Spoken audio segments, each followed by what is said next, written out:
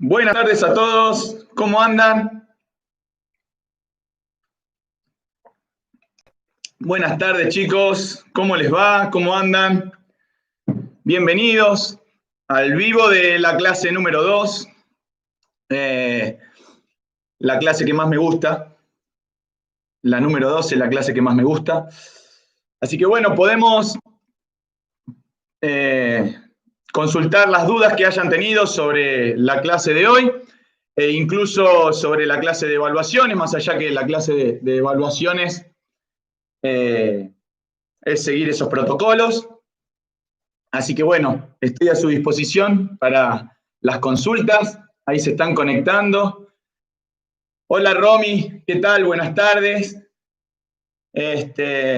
Voy a ir chequeando el celu porque hay algunos compañeros que a veces no pueden conectarse.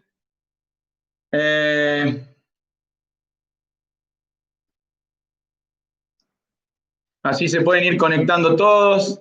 Hola, hola. A ver, ahí hay un compañero. Así me parece en el grupo.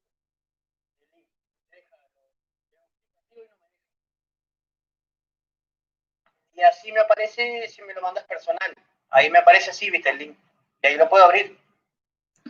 Ahí estamos. Bien, bien, ahí están pudiendo entrar todos. Genial, genial.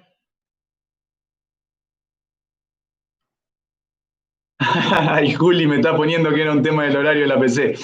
Bueno, a ver, voy a ir desde arriba hacia abajo, así no me salteo ninguno. Hola, Romy, Meli, Kelly. Buenas tardes a todos. Buenas tardes a todos. ¿Cómo están? A ver, Agustina. Me quedé con una duda. ¿Estaría mal elongar o estirar en la entrada en calor? Sí, Agus, hacer un estiramiento pasivo en la entrada en calor no sería correcto porque uno genera adaptaciones negativas para lo que después va a ser el trabajo principal. Uno lo que tiene que entender es cuando hace un trabajo de flexibilidad pasivo, se activan los usos, ¿sí? se activa el órgano tendinoso de Golgi, y la orden que emite el sistema nervioso es de que hay que relajar, cuando vos tenés que preparar al cuerpo para lo que vas a realizar en el trabajo principal. Entonces, hacer ejercicios de flexibilidad pasiva y prolongados en la entrada en calor no sería correcto. Sí, ejercicios de flexibilidad dinámica y movilidad articular, obvio. ¿Sí? Lo mismo pasaría si hago trabajos aeróbicos prolongados como entrada en calor, lo mismo. Fisiológicamente se generan adaptaciones negativas, ¿por qué? Porque cuando vos haces un trabajo aeróbico prolongado, trabajás, predomina el tipo de fibra 1, trabajás, dormís al cuerpo y vos después querés hacer un trabajo de fuerza. No es lo conveniente. Lo conveniente al realizar una entrada en calor es generar una activación, realizar entre 2 a 4 movimientos de los diferentes gestos que voy a realizar en el trabajo principal, generar una movilidad articular, una activación metabólica para aumentar la frecuencia cardíaca, la temperatura corporal, generar una activación neuromuscular para empezar a activar las diferentes unidades motoras que voy a trabajar en el trabajo principal. Por ende, en la entrada en calor voy a realizar ejercicio de movilidad articular, ejercicio de activación, y cuando hablo de activación neuromuscular, hablo de realizar flexiones de brazos, realizar burpees, realizar saltos, realizar ejercicios de fuerza de los grupos musculares que voy a realizar o que voy a entrenar en la clase. ¿Sí, Agus? A ver, Juli, profesor, una cosa que usted habló en la elasticidad fue el tema de la activación y el descanso. Y bueno, yo lo relacioné con el tema de la activación del uso muscular. No sé cuál es tu pregunta ahí, Juli. ¿Querés hacérmela de nuevo a ver si te puedo entender? A ver, ¿a qué te querés referir con la activación y el descanso? Porfa, Juli, hacémela de nuevo. Hola Dani, buenas tardes, excelente clase. Bueno, me alegro mucho, me alegro mucho. Me alegro mucho poder entregarles un material que les sirva y que en estos 3 meses los ayude a crecer profesionalmente. Hola Kelia, buenas tardes, Mariano, buenas tardes. A ver, Juli, ¿qué me pregunta? Que al final era un problema, no podías entrar porque era un horario, no importa, Juli, no importa, no hay problema. Yo trato de estar atento al teléfono, pero bueno, a veces son tantos que por ahí el teléfono lo tengo en un costado, ahora sabiendo que por ahí tienen inconvenientes, trato de verlo más seguido. Por eso también entre que finaliza la clase y entramos al vivo, doy un tiempo para primero relajarse un poquito y poder prestar atención nuevamente. Y después nada, algunos no pudieron entrar en ese momento, les tuve que mandar el link de vuelta, entonces para que todos puedan estar desde el comienzo.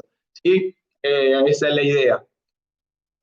Romy, quería preguntar si haciendo el test de Cooper en los 2.400 metros, eso es anaeróbico láctico. No, Romy, no tiene nada que ver la distancia. Cuando vos haces un test de Cooper estás corriendo 12 minutos, lo cual por ende predomina el sistema oxidativo. A partir de los 3 minutos ya entras en un trabajo aeróbico más allá el test de Cooper casualmente mide la capacidad aeróbica, ¿sí? No importa si haces 2.400, no importa si haces 3.200, si haces 2.800, ¿sí? Estuviste 12 minutos corriendo, lo cual a partir de los 3 minutos ya empezó a predominar el sistema oxidativo. Hola, profe, hola chicos, hola, son todos saludos. Valeria, hola, yo tenía dudas sobre las pausas en hipertrofia. En la clase número 6, Vale, vamos a ver bien cómo desarrollar la hipertrofia, los factores que determinan la hipertrofia. Cuando vos haces un fuerza hipertrofia, según los autores, puede estar entre de 6 a 12 o de 8 a 12. Sí, podemos arrancar en 6 a 12. El tiempo de recuperación cuando hago fuerza hipertrofia es de entre 1 minuto a minuto y medio hasta 2 minutos. Son 60, 90 o 120 segundos. ¿Sí? Eso es lo que yo tengo que recuperar cuando hago un trabajo de fuerza hipertrofia. Después lo que vamos a ver, si quiero trabajar la fuerza hipertrofia mediante el estrés metabólico, voy a ir achicando las pausas, pero lo que yo necesito para que mi músculo se recupere y poder mover la carga al porcentaje que quiero trabajar son los tiempos que vimos en la clase hoy, ¿sí? Que entre 1 a 2 minutos de recuperación entre series. Hola, buenas a todos. Tengo una duda. Soy profe de boxeo. Me quedó la duda acerca de los diagnósticos en la base. A los diagnósticos elijo la evaluación. Cami, ¿me podés realizar otra vez esa pregunta? No sé, ¿cuál es la duda que tenés acerca de los diagnósticos y la evaluación? Así te respondo correctamente, ¿sí? ¿Qué es lo que me querés consultar acerca de los diagnósticos y acerca de la evaluación de la clase que les mandé el fin de semana pasado? Por favor, Cami. Juli, pasa que cuando uno inhibe se hablan de 10 segundos en adelante. ¿Está mal o está bien? No, está perfecto, Juli. Cuando uno realiza un trabajo de flexibilidad, ¿sí? Tiene que sostener ese segmento corporal más de 20 segundos, ¿sí? 20, 30 segundos es lo ideal cuando hago un trabajo de vuelta a la calma. Cuando hago un trabajo de activación, en donde trabajo la flexibilidad dinámica, que puedo trabajarla 2, 3 segundos, ¿sí? Eso lo hago en la entrada en calor. Buenas tardes, profe. Hola, profe. Me encantó el contenido de hoy. Me alegro, Mafalda. Buenas. Tremenda clase. Gracias, Pau. Buenas. Quería aportar algo que no me pareció muy claro. Con respecto a los sistemas energéticos. Siempre hay presencia de oxígeno, solo que en los anaeróbicos no se utiliza. No, Damián. Los sistemas energéticos se activan los 3 a la vez, ¿sí? El oxígeno se utiliza cuando la intensidad es baja.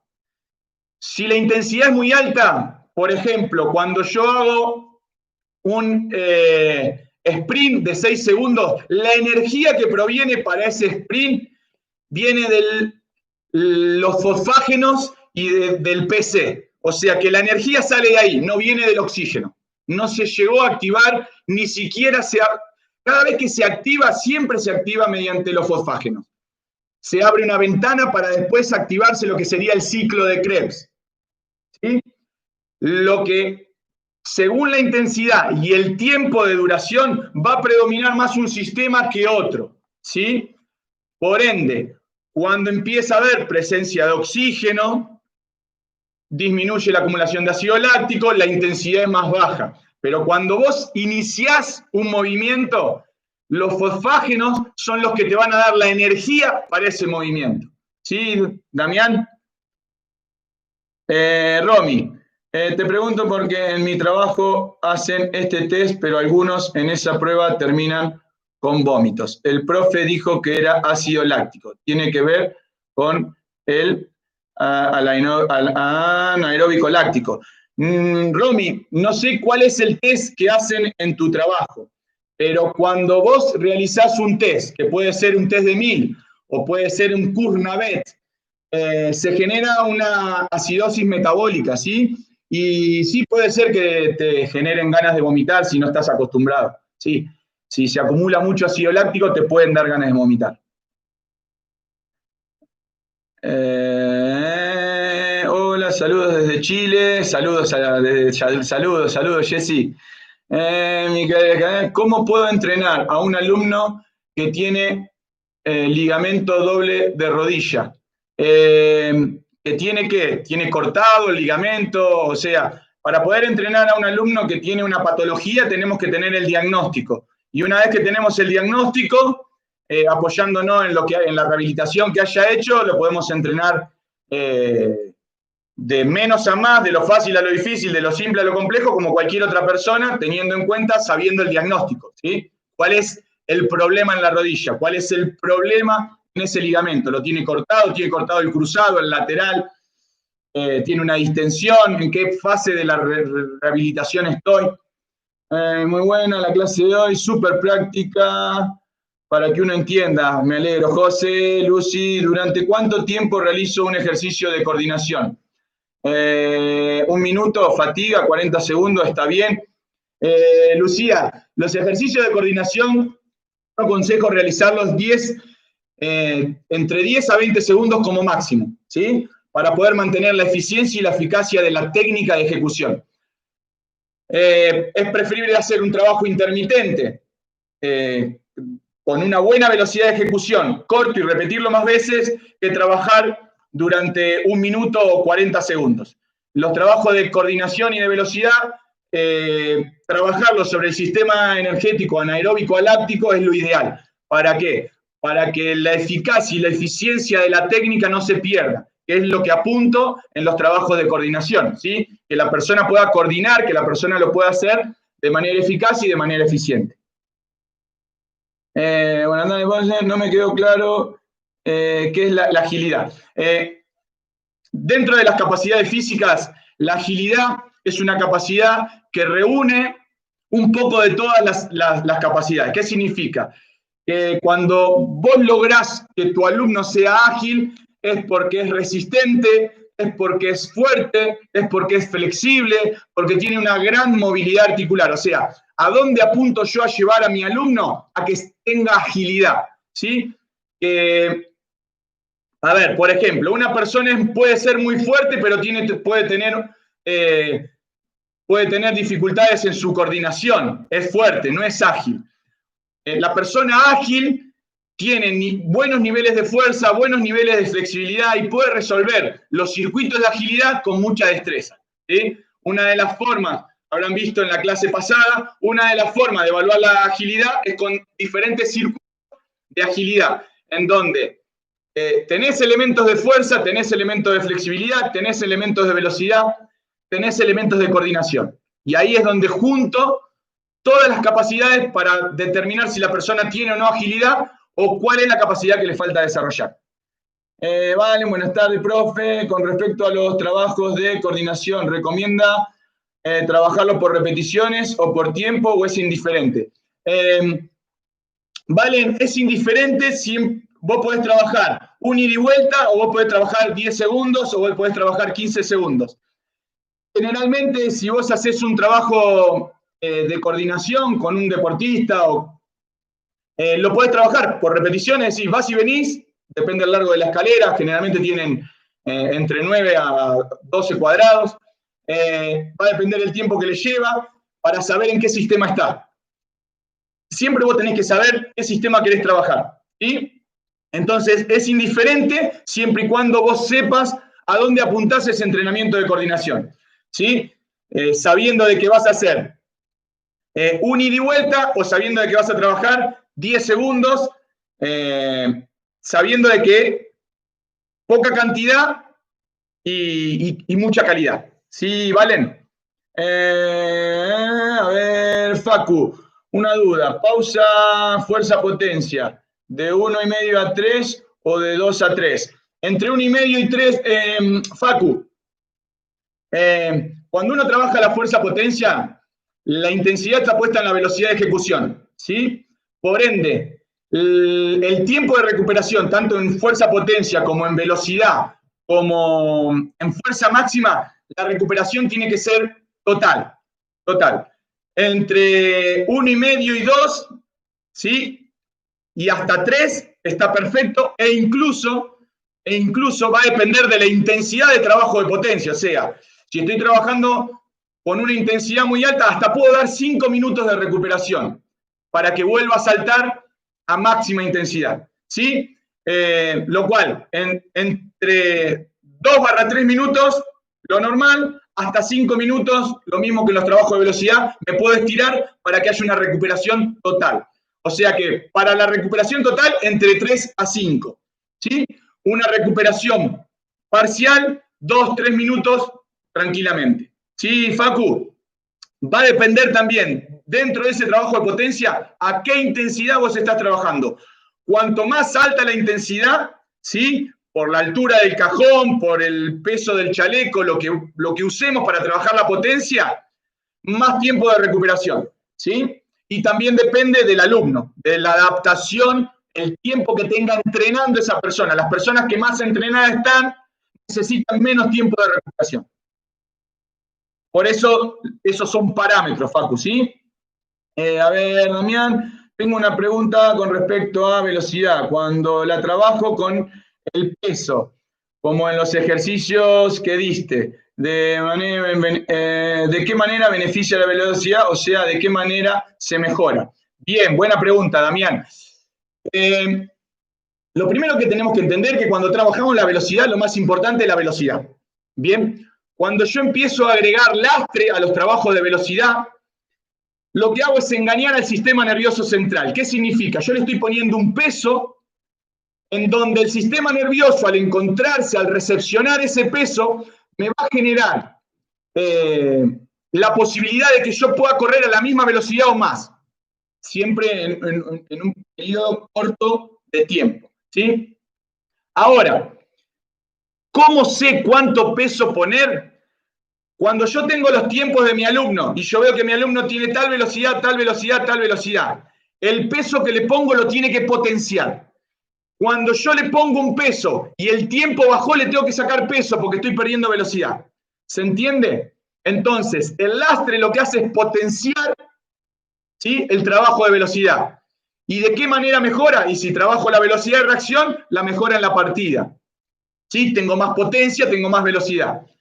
¿Sí? Si trabajo la velocidad de desplazamiento con los trineos, con los paracaídas, lo que estoy haciendo es generando un lastre para generar mayor velocidad al momento de no tener el lastre, ¿sí? Son distintas variantes de trabajar la velocidad. ¿Sí, Damián? A ver, Facu, en fuerza hipertrofia, ¿cuántas repeticiones usted cree que son convenientes? Las que vos estás nombrando, Facu, entre 6 a 12 es como debo trabajar. Juego entre... Algunos autores hablan entre 8 a 12, otros hablan entre 6 a 12. Entre 6 a 12 vos podés trabajar la fuerza, ¿sí? La fuerza hipertrofia. Y lo que va a hacer, si vos haces 12, el porcentaje de trabajo va a ser menor que si haces 6. Lo que podés hacer, después vamos a ir viendo distintos métodos de cómo trabajar la hipertrofia y trabajar de manera escalonada, ascendente, descendente, y ubicar según la intensidad la cantidad de repeticiones. Lo que es importante es que para el desarrollo de la fuerza, cuanto más me acerco a un RM, mayor reclutamiento tengo y más desarrollo de la fuerza tengo, por ende voy a tener más hipertrofia. Vamos a ver en la clase número 6 los distintos tipos de hipertrofia, ¿sí? Los 3 factores que me van a determinar la hipertrofia. Entonces, trabajando entre 6 a 12, ¿sí? Es el rango donde yo voy a desarrollar la hipertrofia. El movimiento no debe ser rápido, debe ser una velocidad de ejecución constante, y cuanto mayor tiempo de tensión yo puedo sostener, más hipertrofia genero. ¿Sí, Facu? Vero, sobre la clase pasada, los test y los baremos, ¿son todas las filminas que presentaste en relación a tiempo nota? Ejemplo, en el test flamenco, sí, exactamente, son test y baremos. Con el tema, con respecto a los test, ustedes lo que siempre tienen que tener en cuenta, porque hay un montón de variables que hay que tener en cuenta al momento de evaluar o poder realizar un test. Dentro de toda la batería de test que ustedes pueden tener, si le generan alguna modificación a un test, lo importante es que siempre realicen el test con la modificación que ustedes le realizaron y con las mismas condiciones, ¿sí? Eso es lo más importante al momento de realizar un test, ¿sí? Poder respetar la condición con la que se evalúa todas las veces que vaya a ser evaluada la persona, ¿sí? Eso es lo más importante. Después, con respecto a los baremos, Vero, ustedes mismos, en base a sus alumnos o en base al objetivo, pueden determinar un baremo para cada uno de sus alumnos, ¿sí? Las tablas y los baremos son generales. Uno puede ir acercándose a lo bueno o a lo malo o estar en el medio, ¿sí? Si yo tengo un alumno que recién comienza y está muy lejos de eso, yo puedo plantear un baremo con él e ir marcándole su mejora, ¿sí? Nico, ¿con qué periodicidad se recomienda el entrenamiento de coordinación? Va a depender del sistema energético que utilices, Nico, pero la coordinación se puede trabajar todos los días, si lo trabajamos de la manera que yo te digo, con pequeños tiempos de trabajo, porque no trabajás sobre lo glucolítico, no trabajás acumulando ácido láctico, entonces se puede hacer todos los días, pero siempre va a depender de la carga que vos generes en ese trabajo de coordinación. No hay un librito de que diga la coordinación, sí la velocidad, porque cuando se entiende que cuando uno trabaja la velocidad, está al 100%. Con la coordinación, lo que más se cansa es el sistema nervioso central. Se puede trabajar tranquilamente todos los días si los volúmenes son acordes y va a depender de cómo termina el alumno, ¿sí? Cómo termina, qué fatigas a nivel del sistema nervioso central termina. Día por medio lo puedes trabajar súper tranquilo, y si vos manejás los volúmenes, se puede trabajar todos los días la coordinación, tranquilamente. Hola Marce, buenas tardes. Facu, en anaeróbico a láctico, y un ejemplo de 100 metros, pero dijo que es máximo 6 segundos por lo que entendí, y en 100 metros se suele dar, ¿podría aclararme esa duda? Facu, los sistemas energéticos, como hablé anteriormente, trabajan simultáneamente. Cuando vos arrancás un 100 metros, ¿sí? El sistema energético 1, el sistema anaeróbico aláctico, se extiende hasta los 10 segundos, algunos autores hablan de 12 segundos, ¿sí? Pero el primer sistema, fíjate que abarca hasta los 30 segundos, pero pasado esos 12 a 15 segundos, empieza a predominar el glucolítico, y así va predominando un sistema sobre otro, ¿sí? En un trabajo de 100 metros llano, en donde estoy en 8 o 10 segundos, estoy dentro, predomina el anaeróbico aláctico, ¿sí? En un 200 metros empieza a predominar el glucolítico, y el ejemplo más claro de un anaeróbico láctico es el 400 metros. Romy, movimientos articulares, lo vamos a ver más adelante. Pregunto, por ejemplo, de ellos, ya que dijiste que depende de cada ejercicio. Y cuando veamos la parte de planificación, Romy, vamos a ver formas de entrar en calor, y dentro de esa forma de entrar en calor vamos a realizar diferentes movimientos articulares. Pero cuando uno realiza movimientos articulares, lo que hace es generar la activación de las diferentes articulaciones del cuerpo, desde abajo hacia arriba o de arriba hacia abajo, generando movilidad de los tobillos, de las rodillas, de la cadera, del hombro, empezando a activar todas las articulaciones sinoviales, para que el líquido sinovial se vuelva, gracias a la temperatura que uno genera por el movimiento, más líquido y lubrique la articulación y la prepare para el trabajo principal.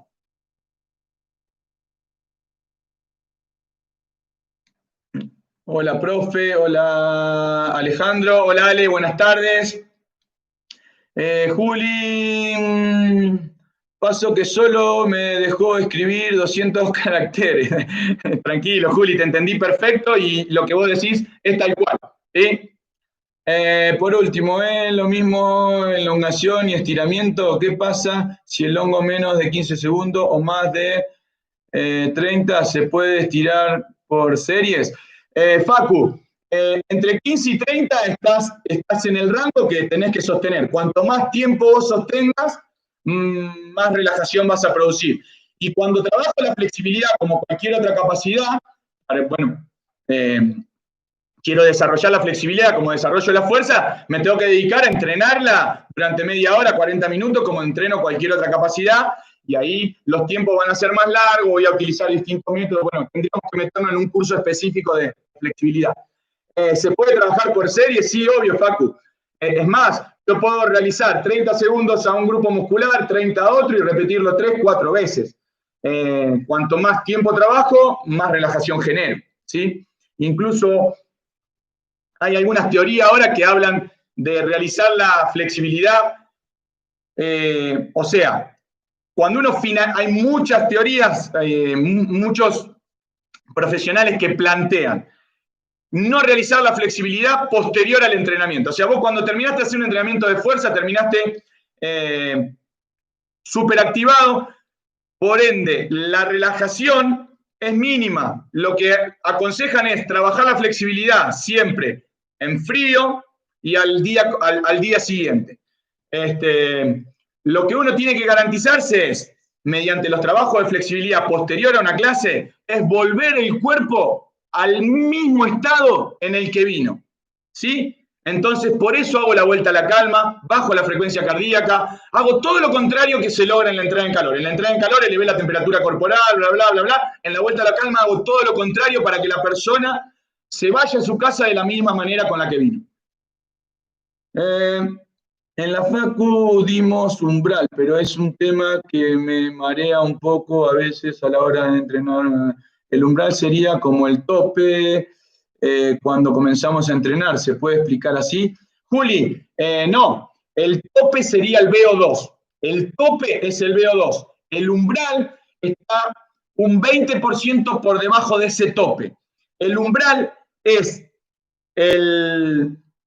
la línea, generalmente es al 80% del 100%. El 100% es el VO2 máximo, que es la VAN o la PAN, que es la velocidad aeróbica máxima o la potencia aeróbica máxima del individuo. El umbral es el punto de equilibrio entre la producción y la remoción del lactato, en donde uno puede sostener una actividad. El pico es la máxima velocidad que uno puede lograr con su máximo consumo de oxígeno, ¿sí? Que es lo que se saca en una prueba de 1000, en una prueba de Navet, en un yo-yo test. Uno hace esas pruebas aeróbicas para determinar el VO2 máximo. Y sobre ese máximo, que sería la VAN o la PAN, ¿sí? Que es la velocidad aeróbica máxima, la potencia aeróbica, yo después determino los trabajos de pasada y los trabajos de umbral, que son por debajo de ese pico. O sea que, como para que vos entiendas, Juli, el umbral es el 80% de ese 100%, como para que tengas una idea, ¿sí? En donde hoy vimos resistencia. Vos tenés la parte super aeróbica sería el umbral. El VO2 es el máximo. ¿Bien? A ver, Sergio, ¿se puede activar el músculo haciendo los ejercicios con poco peso o sin peso? Claro, Sergio, en la entrada en calor lo activo con el propio peso corporal o sin peso, totalmente. Siempre va a depender del tipo de entrenamiento. Si vos vas a hacer un entrenamiento de fuerza máxima, vas a entrar en calor, movilidad articular, vas a entrar en calor con flexiones, pero vas a entrar en calor con el propio elemento. ¿Por qué? Porque vas a hacer un entrenamiento de fuerza máxima. Por ende, por eso es que la entrada en calor tiene que ser acorde a lo que voy a hacer en el trabajo principal. Entonces, si yo voy a hacer un trabajo de fuerza máxima, voy a empezar a trabajar sobre el ejercicio que voy a trabajar la fuerza máxima, levantando poco peso hasta llegar con una buena entrada en calor y una buena activación a lo que voy a hacer en la clase, ¿sí? Por eso que la entrada en calor es acorde a lo que hago en el trabajo principal. Cuanto más intensidad yo voy a desarrollar en el trabajo principal, más larga va a ser la entrada en calor y más me voy metiendo en el trabajo principal. Por eso es que la entrada en calor es acorde a lo que voy a hacer en el trabajo principal. Voy a hacer un trabajo de fuerza máxima, no me queda otra que hacer trabajos de fuerza submáximo como activación para entrar en calor el grupo muscular que voy a trabajar y que voy a exigir la intensidad. Lo mismo si hago trabajo de potencia y voy a empezar a hacer saltos, 2, 4 saltos, porque voy a empezar a activar. Cuando empiece el trabajo principal, generé una activación, ya me metí, estoy todo chivado y ya me metí en el trabajo principal. Una entrada en calor pasiva y arrancar con saltos. Eso estaría mal. Siempre la entrada en calor tiene que ser acorde a lo que planteo en la parte principal de mi clase. ¿Qué es lo más recomendable para un cliente que está iniciando en el fitness? Hipertrofia, resistencia. Muchas gracias. ¿Vieron la pirámide que vimos hoy?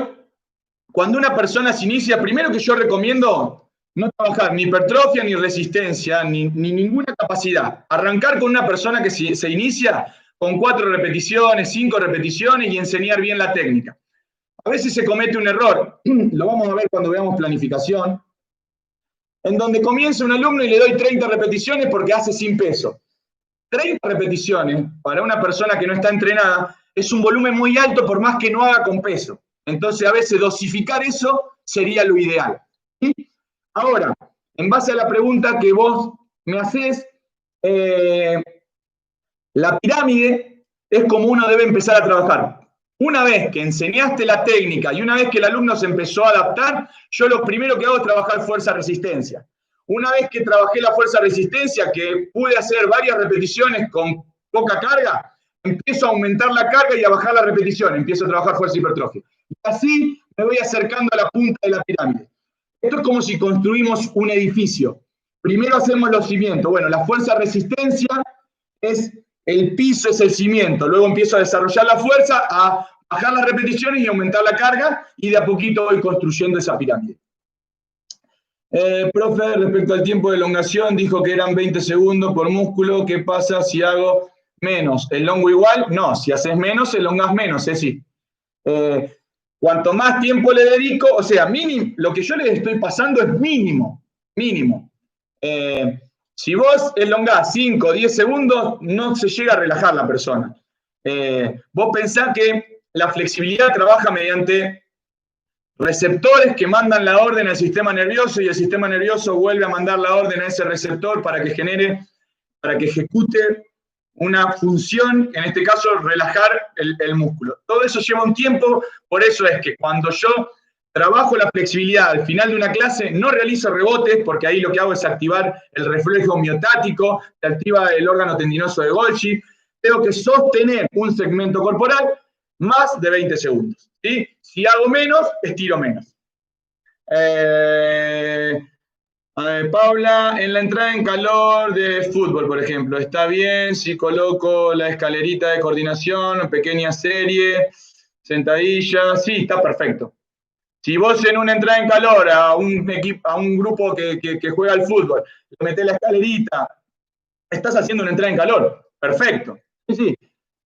Primero, siempre cuando meto la escalerita, algo que les va a servir mucho es siempre arranque con los ejercicios que el alumno sabe hacer. Y dentro de la misma clase le vas dando la progresión. Los ejercicios que le salen son los que usás en la entrada en calor, los fáciles. Y a medida empezó a aceitar el sistema nervioso, el resto del cuerpo, le vas agregando dificultad y haces un trabajo bárbaro. Lo que ustedes tienen que tener en cuenta siempre son los tiempos de trabajo y los tiempos de descanso. Los problemas más grandes los tenemos cuando queremos que una persona coordine durante 1 minuto o durante 40 segundos. Va a empezar a descoordinar. ¿Por qué? Porque es lógico, porque empieza a fatigarse, la fatiga interviene en la sinapsis, que es la información que pasa entre una neurona y otra, y los tiempos de apoyo son más lentos, empieza a descoordinar. Y en los primeros 10 segundos no se enganchó nunca la escalerita, y después de los 20 se engancha siempre, en realidad es porque está agotado. Entonces, siempre recomiendo pequeños tiempos de trabajo y de última doy más vueltas.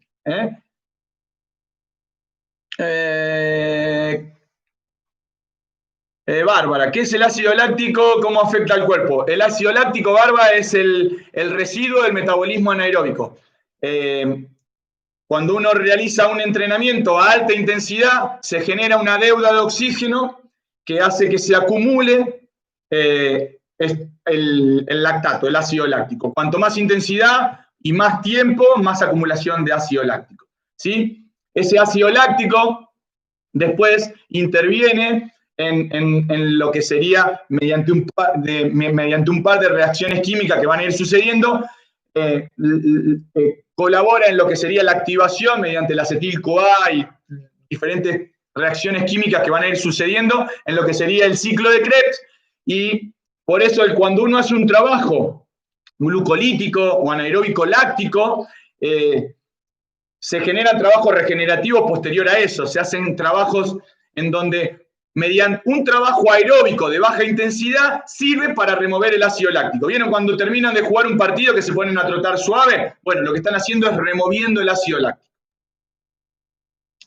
Cami, el primero hago el diagnóstico y en base a eso hago la evaluación. Ah, Cami, perfecto, me estás haciendo la pregunta de lo anterior. Bien, Cami. Lo que tenemos que entender es lo siguiente. Cuando yo entreno a alguien por primera vez, primero necesito el diagnóstico, porque no sé nada de esa persona, ¿sí?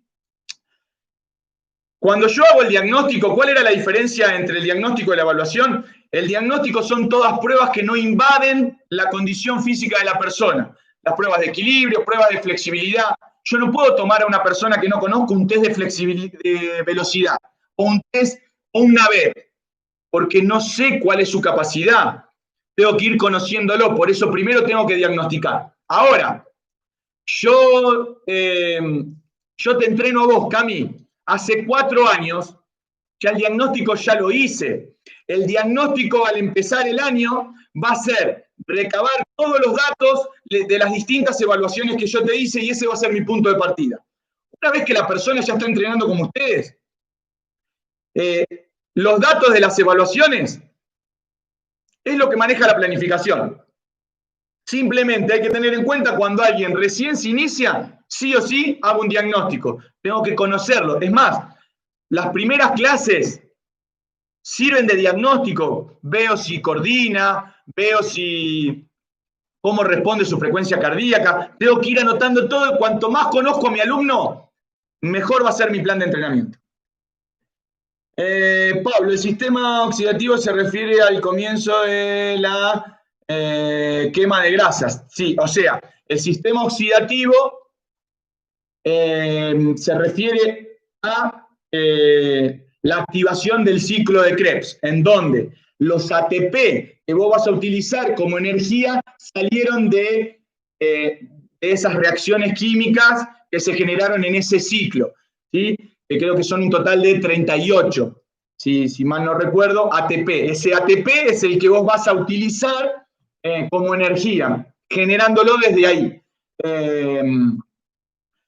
La utilización de las grasas como energía va a depender de la intensidad, va a depender de un montón de factores, ¿sí? Pero generalmente, cuando uno habla de sistema oxidativo, habla de baja intensidad y por lo general, la energía proviene de la lipólisis, ¿sí?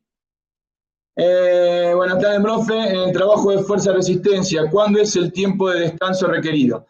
En fuerza-resistencia, como la intensidad es baja, el tiempo de descanso es menor que el de fuerza-hipertrofia, lo cual con 1 minuto de descanso, entre 45 segundos a un minuto, estarías más que bien. Cuando yo trabajo con un principiante, esos parámetros quizá varían.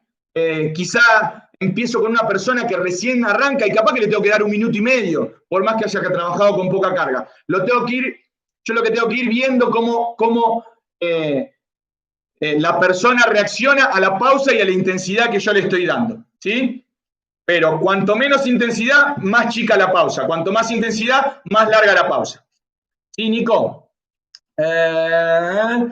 Hola, profe. Una vez que se hizo el diagnóstico y se comenzó con el entrenamiento planificado, ¿después de cuánto tiempo de trabajo debo realizar los test de evaluación? Hermosa pregunta.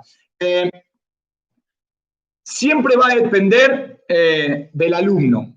Nos podemos encontrar con un alumno que en su infancia deportista o fue deportista, le hice un diagnóstico, lo empecé a entrenar y nos encontramos con que en realidad es un diamante en bruto, ¿sí? Y que se adapta rápidamente. Bueno, a esa persona la voy a poder evaluar antes que a una persona que por ahí no se adapta tan rápidamente.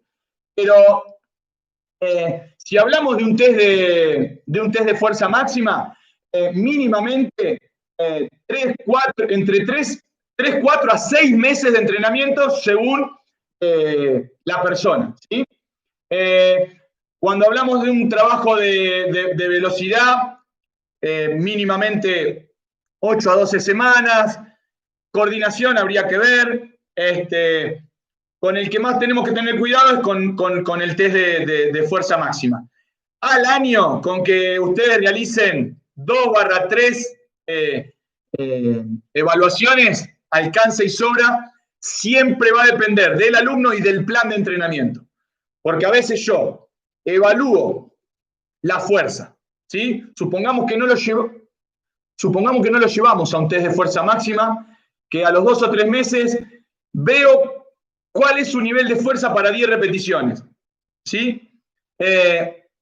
Y empiezo con un plan de fuerza y lo vuelvo a evaluar después. Entonces, durante esas 8 semanas que utilizo para mejorar la fuerza, /12, y luego lo vuelvo a... O sea, siempre, antes de realizar un plan de entrenamiento y posterior, van a ir las evaluaciones. ¿Para qué? Para ver qué fue lo que logré en ese proceso de entrenamiento. Bien, ahora, como para ir a tu pregunta puntual, yo tengo que ver si el alumno se adaptó, ¿sí? Y no es lo mismo, como te decía recién, una persona que es deportista y que hacía rato que no entrenaba con alguien que no entrenaba, ¿sí? El que es deportista se adaptó rápido y capaz que a los 3, 4 meses ya le podés estar tomando pruebas. Y si antes le tomaron pruebas, a los 2 meses le podés estar tomando pruebas. Va a depender mucho del alumno y el tipo de pruebas que quieran tomar, ¿sí? Ahora, para tomar un test de fuerza máxima, tengo que tener una buena preparación previa, tengo que tener una buena progresión y mínimamente tómense 3 meses, mínimamente, de ahí para arriba. Profe, ¿me podría explicar nuevamente los tipos de contracciones musculares? Las contracciones musculares pueden ser concéntricas o excéntricas, ¿sí? Las concéntricas cuando los puntos se acercan, excéntricas cuando los puntos se alejan. Isométricas las isométricas es cuando sostengo, en donde la fuerza es igual a la resistencia. En donde si yo sostengo la fuerza en este punto, el bíceps está en contracción, ¿sí? Y los puntos están cerca, lo cual esto sería isométrico porque estoy sosteniendo, concéntrico. Si sostengo ahí, sería isométrico porque estoy sosteniendo, excéntrico. Cuando hago una plancha que sostengo, eso es isométrico, ¿sí? Cuando yo genero un movimiento concéntrico y excéntrico, tiene que ver con los puntos de inserción dentro del músculo. Cuando los puntos se acercan, son concéntricos, y cuando los puntos se alejan, son excéntricos. Por ejemplo, cuando yo contraigo el pectoral, los brazos se extienden, ahí estoy trabajando la fase concéntrica del pectoral. Y cuando estoy flexionando los codos, estoy trabajando la fase excéntrica. La fase excéntrica es la que va siempre en contra de la gravedad. O sea, la pesa tiende a caer. La fuerza que yo haga para frenar esa fuerza, ese peso, es siempre la fase excéntrica. Vamos a ver cómo planificar acerca de las capacidades físicas. Se trabajan todas a la vez, primero lo trabajo una, complemento otra. Sí, vamos a ver distintas formas de planificar. Vamos a ver, ustedes tengan en cuenta que en la capacitación ustedes salen como instructores de funcional, por ende tenemos que saber planificar una clase de funcional que es completamente distinta a planificar una clase de personalizada. Porque en la clase de funcional yo tengo que poder manejar volumen de gente, que toda la gente se mueva a la vez, se trabaja por tiempo, se arman circuitos, que después lo puedo aplicar con un alumno siempre, pero con un alumno puedo aplicar un montón de métodos, pero cuando trabajo con un grupo siempre puedo aplicar esos métodos, pero tengo que tener ciertos tips para que la clase mantenga su dinámica por la cantidad de personas. Así que sí, vamos a ver diferentes tipos de planificaciones porque tenemos que saber armar. Planificaciones para trabajar en la sala de musculación, que te van a servir para trabajar con tu alumno personalizado. Cómo desarrollar la hipertrofia, super series, series gigantes, superset, series compuestas, todo lo que sería para trabajar en un gimnasio. Y también nos tenemos que ir a trabajar a la plaza. Bueno, ¿qué ejercicio puedo hacer en la plaza? Entonces vamos a ver diferentes tipos de planificación y diferentes armados de clase, para que ustedes puedan armar un entrenamiento en una sala de musculación, en un salón de funcional con un montón de gente o un alumno en el parque. ¿Sí?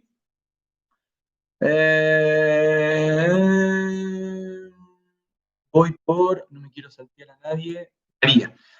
Muy buena la clase, saludos de Trenkelauken. Saludos, María, gracias. Perdón, profe, pero no entiendo anaeróbico, aláctico o láctico. Tommy, lo anaeróbico es sin presencia de oxígeno. Aláctico, ¿sí? Aláctico es sin presencia de ácido láctico. Y láctico es con presencia de ácido láctico. ¿Qué es lo que determina si hay presencia de ácido láctico o no? El tiempo. Cuando vos ejecutás un ejercicio 6, 8, 10 segundos y cortás, es anaeróbico aláctico. ¿Por qué? Porque no se llega a acumular ácido láctico. Cuando vos ejecutás un ejercicio durante 1 minuto a alta intensidad, se acumula ácido láctico, por eso es anaeróbico láctico.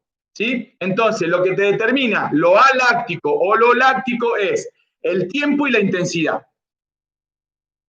Me quedó una duda sobre la clase anterior en el test de flexibilidad de isquiotibiales. Acostado en posición supina. ¿En qué momento se considera que se despega la pierna del piso? Marcos, cuando vos trabajás el test de flexibilidad de isquiotibiales, lo ideal es trabajarlo sentado con el cajón o parado arriba del cajón. El que trabajás acostado con la pierna arriba es para trabajar, para medir la flexibilidad de la cadera. ¿Qué significa? Hasta dónde acerco el pie sin que se levante la cola del piso, ¿sí? Y sin que se levante la otra pierna que está apoyada en el piso. ¿Tá? Lo que ahí estás midiendo es el rango articular de la flexión de la cadera, ¿sí? Por ejemplo, cuando la curva fosa poplitea se levanta del piso, cuando las pantorrillas dejan de tocar el piso. Ah, perfecto, Marcos, ahí lo que te respondí lo pusiste en la pregunta de abajo. Excelente, claro. O sea, tengo que mantener la pierna contraria apoyada en el piso, ¿sí? El hueco popliteo no va a apoyar en el piso porque si no la rodilla estaría en hiperextensión, ¿sí? O sea, vos vas a apoyar el talón, el gemelo, la parte posterior del muslo, todo lo que serían los isquiotibiales, y los glúteos. No se tiene que levantar esa pierna y se tiene que mantener extendida. La persona eleva la otra pierna y se trata de llegar a la altura de la cadera, ¿sí? Es muy fácil de evaluarlo, ¿sí? Lo normal sería de que llegue a la línea de la cadera, ¿sí? Y el que es muy flexible la va a pasar. Pero muy buena pregunta, Marcos. Leila, una persona que nos contrata para bajar de peso, obvio teniendo en cuenta de la alimentación. ¿Hay que trabajar alguna capacidad física en particular? ¿Cuál? Leila, muy bien lo que decís, teniendo en cuenta la alimentación, porque es fundamental.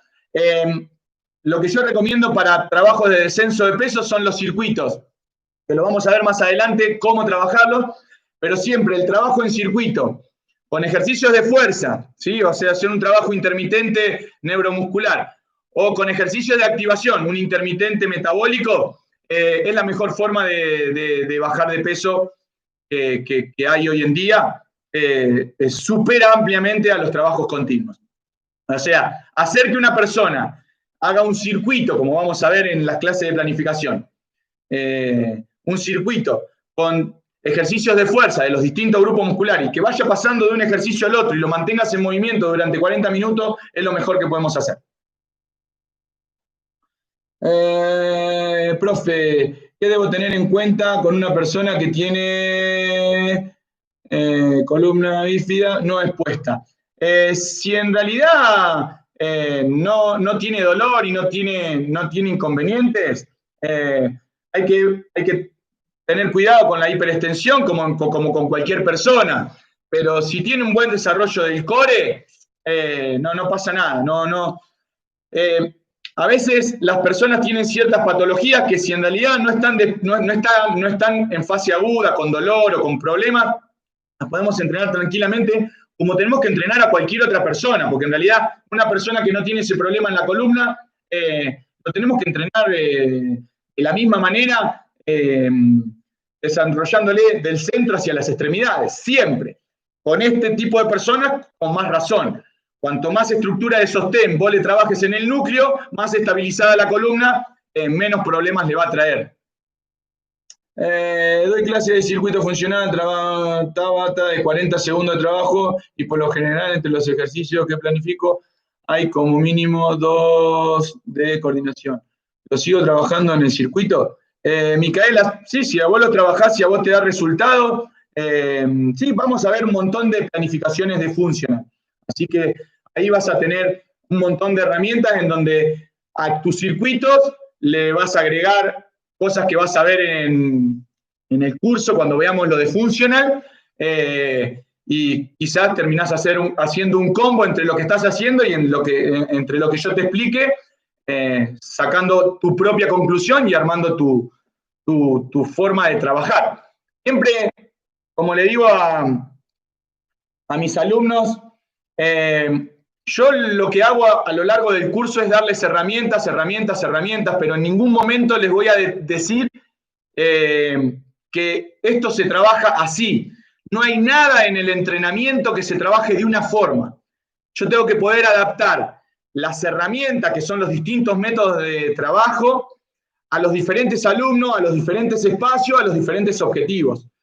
Por eso a veces cuando alguien determina algo y dice, no, a mí me dijeron que tal cosa se hace de tal forma.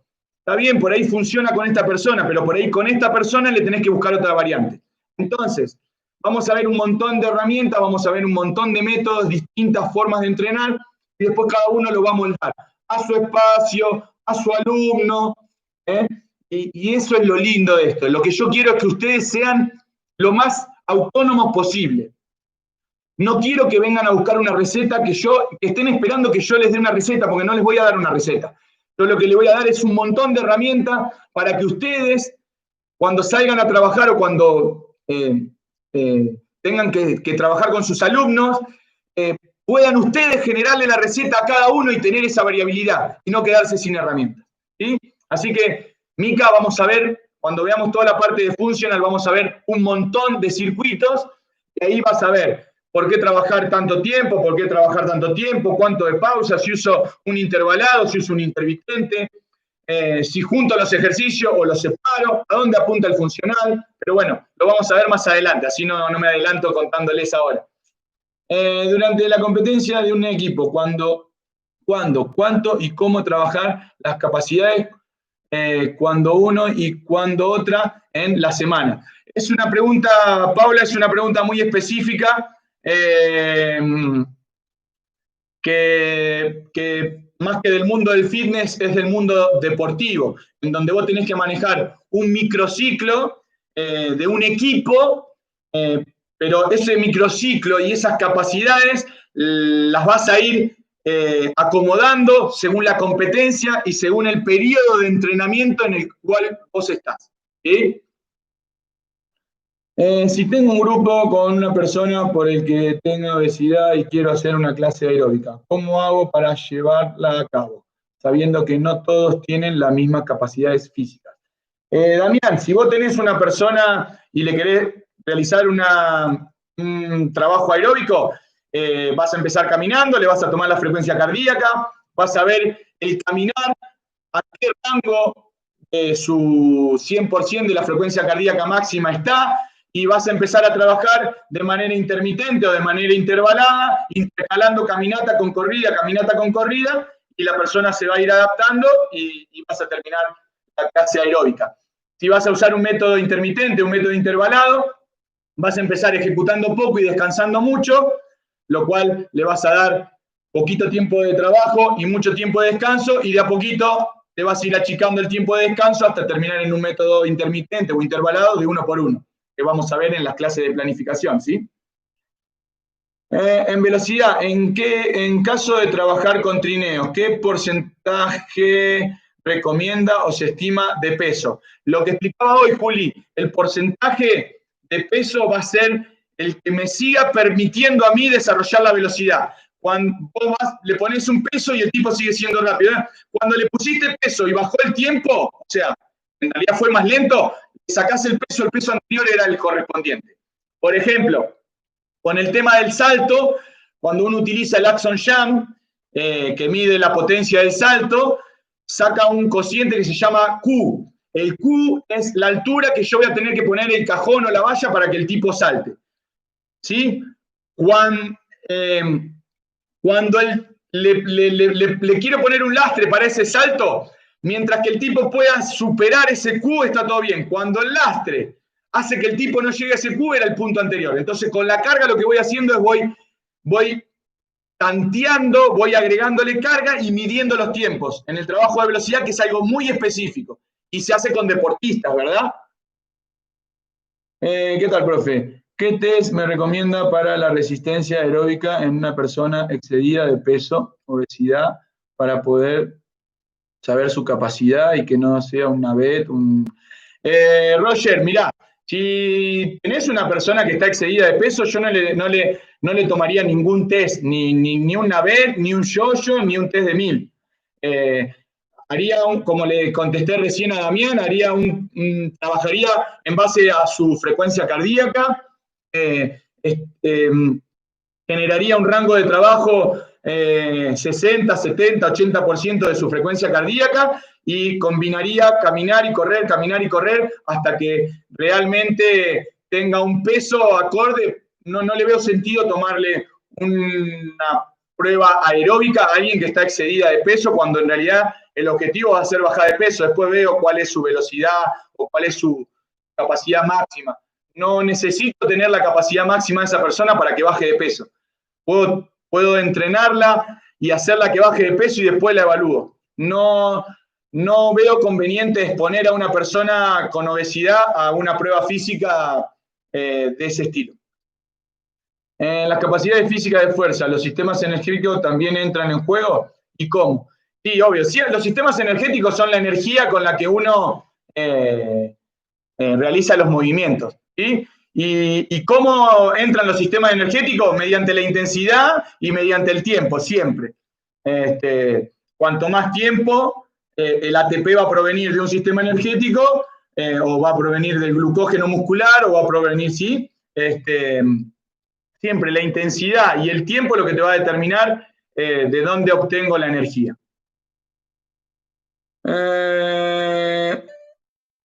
A ver, Bárbara. En el PDF que nos envió de diagnóstico de evaluación, en la lista de diagnóstico hay un test de postura general, pero más abajo no tiene la explicación del test. ¿Cuál sería el test de postura general? La verdad que me fijo y en la semana te respondo esta pregunta, Bárbara, cuál es el test de postura general y si lo que vos me decís es que no tiene la tabla. Me fijo a ver cuál es, a ver si por ahí me comí una tabla. Ahora me lo anoto. Test de postura general.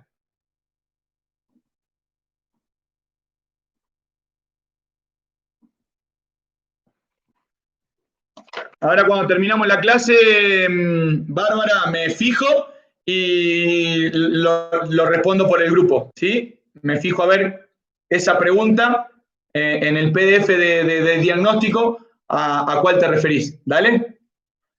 Profesor, saludos desde Perú. ¿Se pueden trabajar ejercicios como la sentadilla en fuerza máxima y transferirlo en 100 metros? ¿Ayudaría en 100 metros o solo mejoraría la explosividad en 30 metros? Bien, la pregunta esta es sumamente específica y es sumamente para deportistas. La sentadilla se puede trabajar como fuerza para realizar fuerza máxima, obvio, sí. Es más, los test de fuerza máxima se hacen sobre la sentadilla. Cuando vos trabajás la fuerza máxima, lo que haces es trabajar el máximo de fuerza que tiene el individuo. ¿Bien?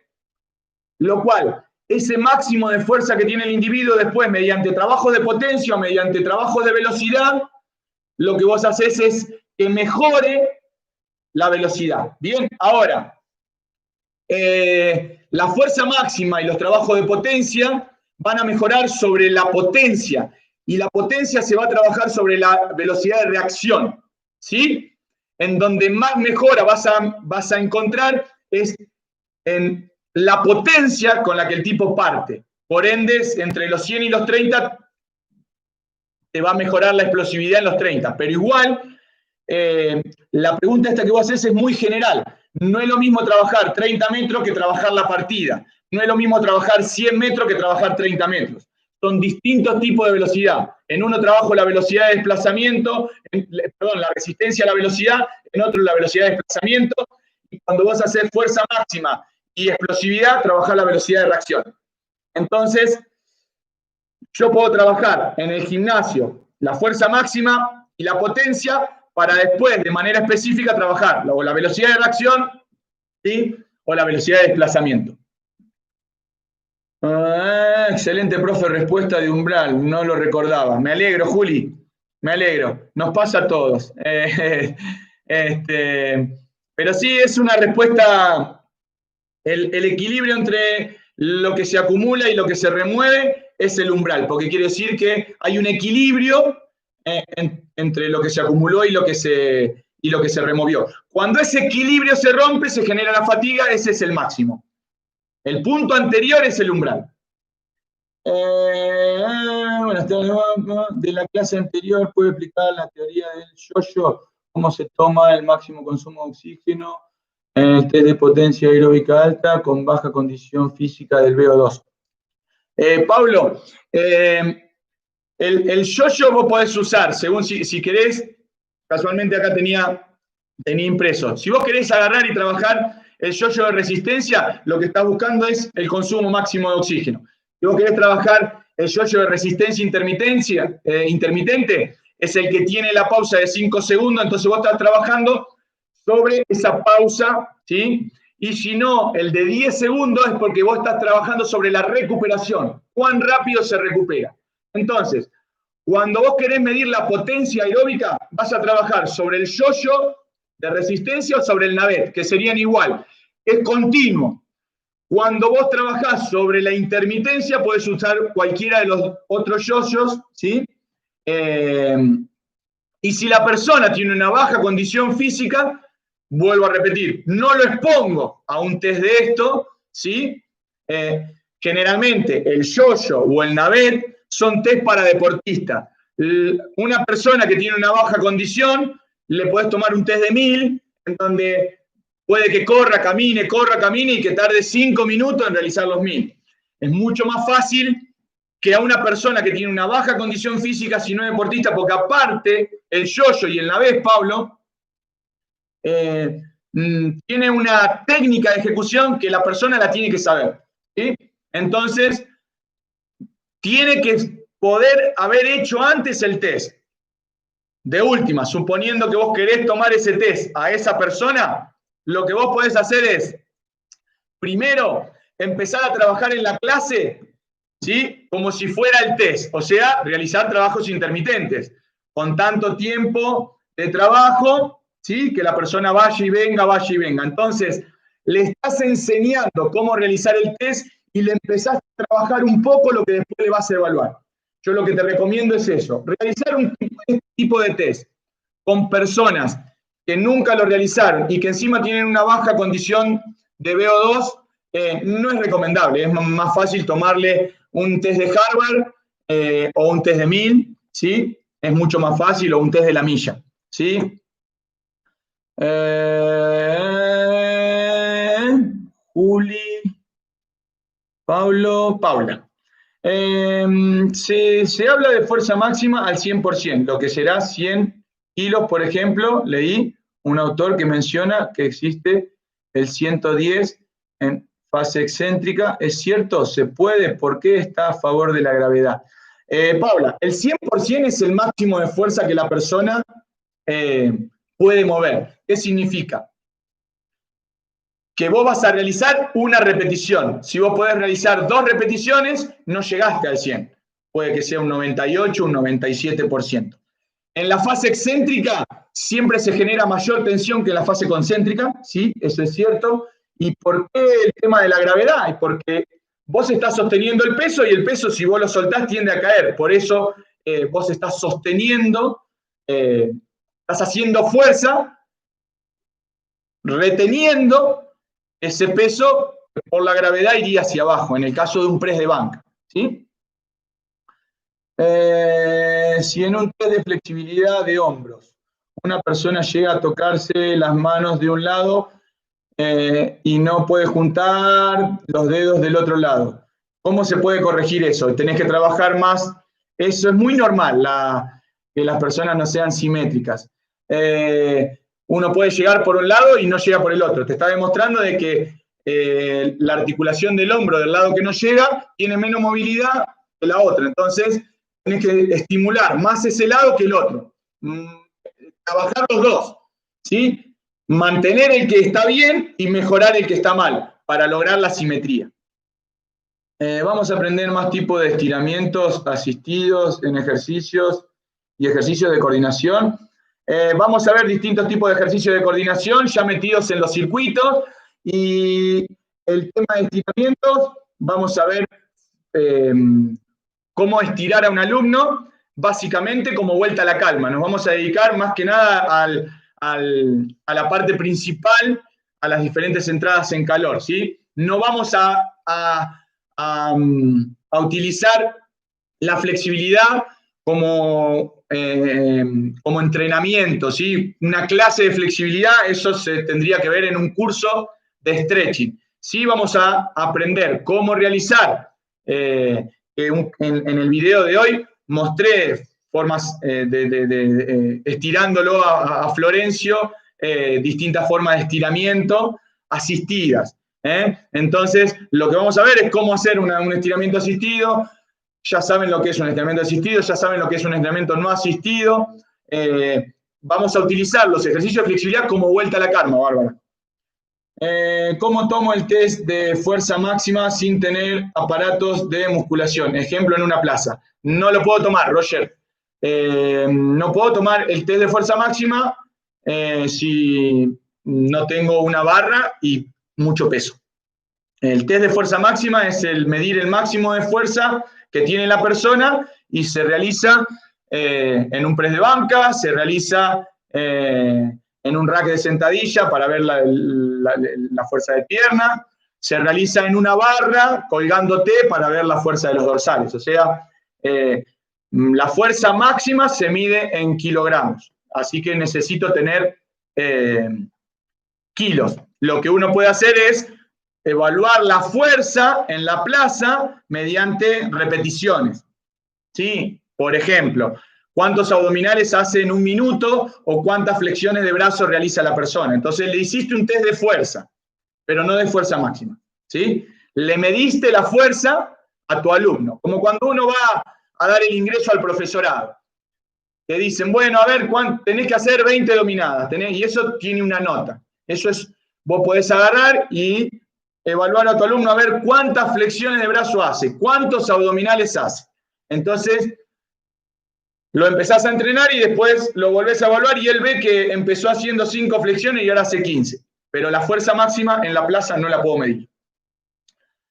Intermitente metabólico, ¿cómo sería? Gracias. Después vamos a ver todo lo referido a intermitente, ¿sí? Pero la parte, el intermitente metabólico es lo que vos realizás corriendo. Y neuromuscular es cuando hago un ejercicio de fuerza.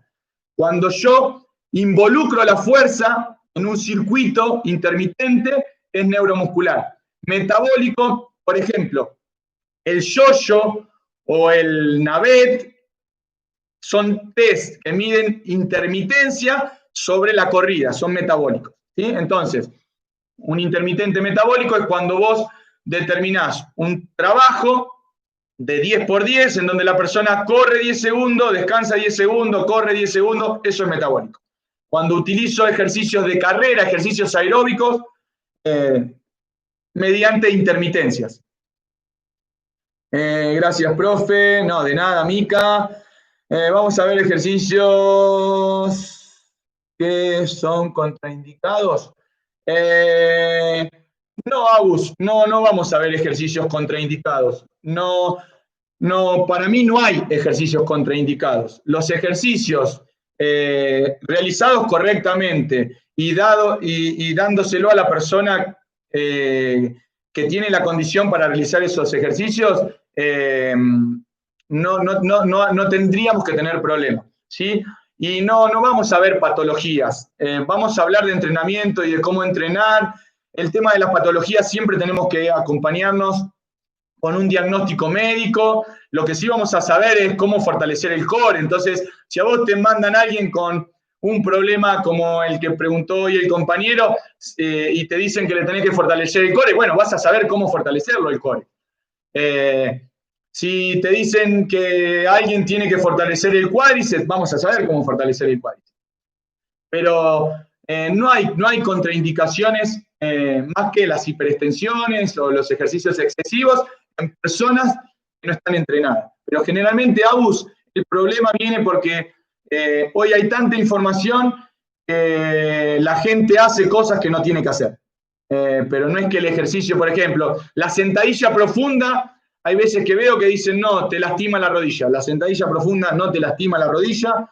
Si nosotros tenemos una persona que tiene la técnica correcta para realizar una sentadilla profunda, tiene la flexibilidad de tobillo, tiene la fuerza, no tiene ningún problema de hacer sentadilla profunda. Igual estamos recién en la clase 2. La clase que viene, por ejemplo, vamos a ver técnicas de ejercicio, cómo hacer sentadilla, press de banca, ¿sí? Así que quédate tranquila. Uno trabaja agilidad.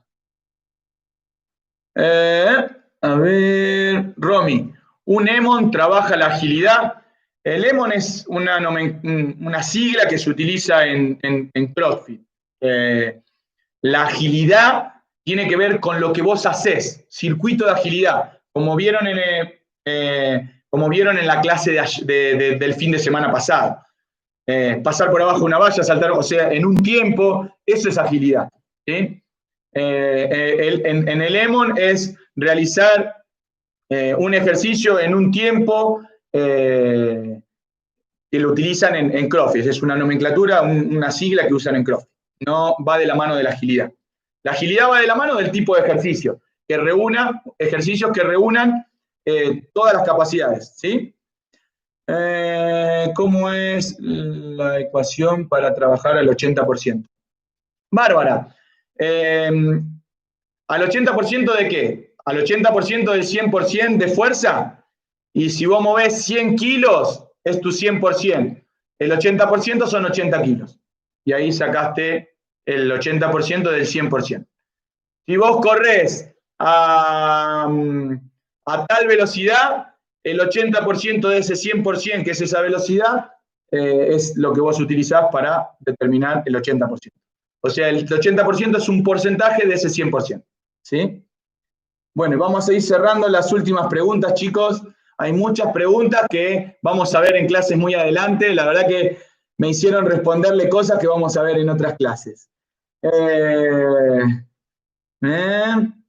¿Desde qué edad niños y jóvenes se puede ocupar a un personal trainer? Micaela, ¿a un personal trainer? ¿A qué edad puede entrenar un niño? A los 6, a los 7, a la edad que vos quieras. Vos podés entrenar a un nene de 6 años y hacerle hacer las cosas que un nene de 6 años puede hacer. Puede tener 10, puede tener 12. Cuando hablamos de entrenar a un niño no quiere decir que haga pesas. Recién después de los 14 años, que se genera el pico hormonal, se puede empezar a hacer fuerza. Pero hasta los 14 años, trabajar la coordinación, trabajar mediante los trabajos intermitentes, vos podés entrenar a cualquier niño. Roger, falla muscular es fatiga muscular. La verdad, Roger, la fatiga te genera una falla muscular. La fatiga se genera por acumulación y esa acumulación, esa fatiga te genera una falla muscular, una descoordinación. ¿Sí? O sea que una cosa te lleva a la otra, no son la misma. Mica, desde la edad que quiera el cliente, vos debés saber. Juli, creo que te está respondiendo, le está respondiendo a Mica. Chicos, traten de hacerme preguntas y yo le voy respondiendo para poder ir un poquito más ágil, porque acá me pongo a leer por ahí pensando que era una pregunta de Juli, y Juli le estaba respondiendo a Mica cuándo entrenar los niños, y yo se la había respondido antes. Entonces, después cuando vayan a ver el vivo, se encuentran con un montón de tiempo muerto y se les va a hacer más engorroso. Y Juli termina respondiendo lo que yo le dije a Miki. Jimena, profe, ¿a partir de qué edad es más recomendable trabajar con pesas? Justo lo mismo de recién, después de los 14 años. Gracias por la duda aclarada. ¿Está bien si uso ejercicios explosivos tanto para aumentar la masa muscular como para bajar de peso? Los ejercicios explosivos no son para aumentar la masa muscular y no es necesario hacer ejercicios explosivos para bajar de peso. Aunque los entrenamientos intermitentes como un HIIT o un intervalado como un HIIT, hechos con pequeños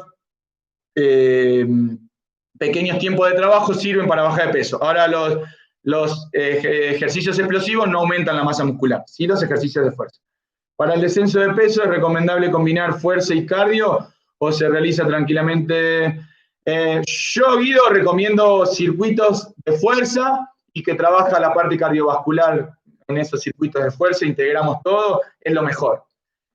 Cuando vos haces un circuito de fuerza, y con esto voy cerrando, cuando vos haces un circuito de fuerza, Guido, por sumatoria trabajás lo cardiovascular. Y la relación en el gasto calórico es 10-1. O sea, vos pones a una persona a caminar 1 hora en la cinta y yo a esa misma persona le hago hacer un circuito, 10-1 es la relación entre el gasto calórico que tiene la persona que hizo el circuito a la que camina.